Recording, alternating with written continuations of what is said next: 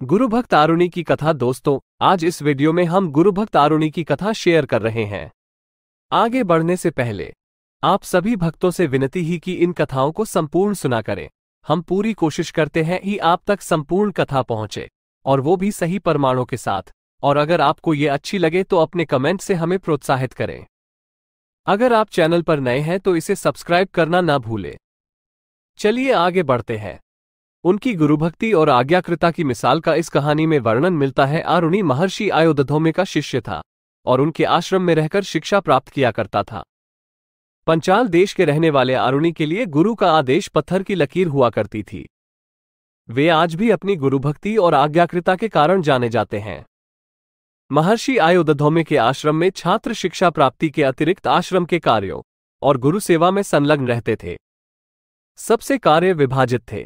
कोई कृषि कार्य करता, तो कोई पशुओं को चराने का कार्य करता, तो कोई बागवानी। सभी छात्र विभिन्न कार्यों की जिम्मेदारी उठाया करते थे। उन दिनों खेत में चावल की फसल बोई गई थी, जिसके लिए पानी की पर्याप्त मात्रा खेतों में एकत्रित होना अति आवश्यक था। सब वर्षा की बाट जो रहे थे। एक संध्या तीव्र वर्षा प्रारंभ हो गई। आश्रम के सभी शिष्य प्रसन्न थे कि चावल की कृषि के लिए पर्याप्त पानी की व्यवस्था हो जाएगी, किंतु महर्षि आयोधधौम्य चिंतित थे। उन्हें भय था कि खेत की कमजोर मेड़ वर्षा की तीव्र बौछारों में टूट न जाए। ऐसा हुआ तो खेत में पानी टिक नहीं पाएगा और बिना पर्याप्त पानी के फसल बर्बाद हो जाएगी। शिष्यों में जब महर्षि आयोधधौम्य के माथे पर चिंता की लकीरें देखी तो कारण पूछा। महर्षि ने अपनी चिंता उनके सामने व्यक्त कर दी। सभी शिष्य चिंतित हो गए, किंतु किसी की समझ में नहीं आया कि ऐसे मौसम में क्या किया जाए। उन शिष्यों में आरुणि भी था। उसने महर्षि से खेत जाकर मेड़ों को देखकर आने की आज्ञा मांगी। महर्षि ने उसे आज्ञा प्रदान करते हुए कहा, पुत्र, यदि खेत की मेड़ टूट गई हो तो उसकी मरम्मत कर देना। खेत में पानी का जमा रहना आवश्यक है।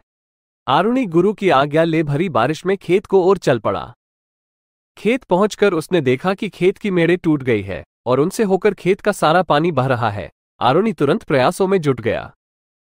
उसने खेत के 3 तरफ की मेड़ों की मरम्मत कर दी और वहां से बहता पानी रोक दिया, किंतु बहुत प्रयासों के बाद भी चौथे मेड़ की मरम्मत नहीं कर पाया।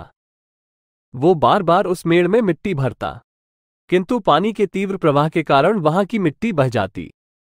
बहुत प्रयासों के भी उपरांत भी जब उस मेड़ से पानी जाना बंद न हुआ तो आरुणि उस मेड़ पर लेट गया।